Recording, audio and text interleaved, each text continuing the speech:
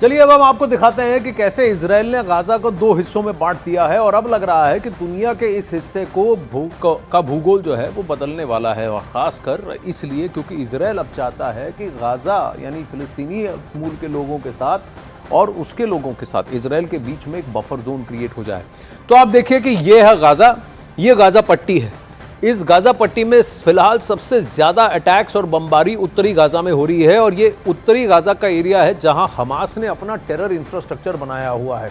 ये इस नक्शे में आप देखिए, ये जो लाल हिस्सा है, जैसे मैं आपको कह रहा हूं, यही वो गाजा है जिसके अंदर अभी इजराइल घुस चुका है, आईडीएफ घुस चुका है, और इसको वो अब दो हिस्सों में बांट रहा है, यहां और यहां। उसने पहले ही कह दिया है कि यहां पर जितने भी रिहायशी आम नागरिक हैं वो यहां से निकलकर इसी सलादीन रोड, ये जो हाईवे है, इसी के जरिए वापस इस तरफ दक्षिणी गाजा की तरफ आ जाए और यहां बैठ जाएं। अब उत्तरी गाजा और दक्षिणी गाजा को अलग कर दिया है। यहां पर इजरायली सेना इसको कट ऑफ कर देगी और इजराइल के साथ और इस रीजन के साथ यहां पर एक बफर जोन क्रिएट करना चाहती है। ये जो उत्तरी गाजा का हिस्सा है, इसे भी अब चारों तरफ से घेर लिया गया, आप देख सकते हैं। और फिर धीरे धीरे इजराइल की सेना अंदर दाखिल हो रही है, लेकिन फिलहाल गाजा में हमास के आतंकी मलबों में और बिल्डिंगों में छुपे हुए, सुरंगों में छुपे हुए हैं, लोगों की आड़ लेकर अस्पतालों, मस्जिदों और स्कूलों में छुपे हुए हैं।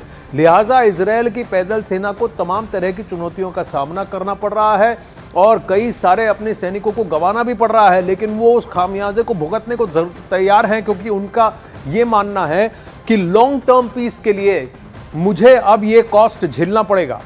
अब यहीं पर अल शिफा अस्पताल को आईडीएफ ने घेर रखा है और हमास के साथ करीब 40 घंटे से ये जंग जारी है।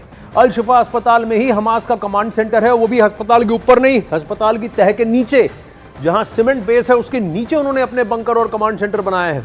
इजराइल का दावा है कि वहीं पर हमास के कमांडर छुपे हैं, जिसमें याहुआ सिनवार भी शामिल है।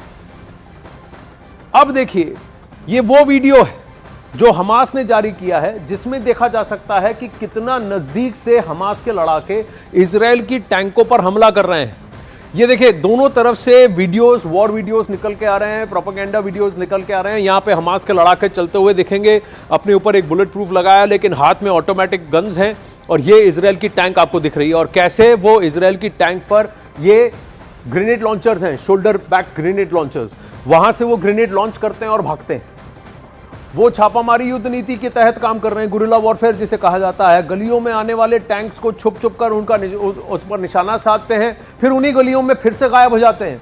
ज्यादातर आतंकी कंधे पर रखे हुए रॉकेट लॉन्चर्स, यानी कि शोल्डर माउंट रॉकेट लॉन्चर्स, इसका प्रयोग कर रहे हैं। और फिर कुछ लोग हाथ में जो ग्रेनेड बैरल गन होती है, उसके साथ वो ग्रेनेड्स को भी लॉन्च करते हैं। तो एक ग्रेनेड चला रहा है, दूसरा रॉकेट लॉन्चर, और तीसरे के हाथ में ऑटोमेटिक मशीन गन है, ताकि अगर कोई सिपाही दिखे तो उस पर भी वो अंधाधुंध फायरिंग कर कर इजरायली सैनिक इजरायली सिपाही को मार दे। ये इमारतों में घात लगाकर हमला कर रहे हैं। यही वजह है कि इजरायल की सेना बार बार कह रही है कि गाजा में हमास को खत्म करने में महीनों का वक्त लग सकता है। ये एफर्ट कम नहीं है। 500 किलोमीटर की अगर सुरंगें आप सोच लीजिए, और कई हजार हमास के कैडर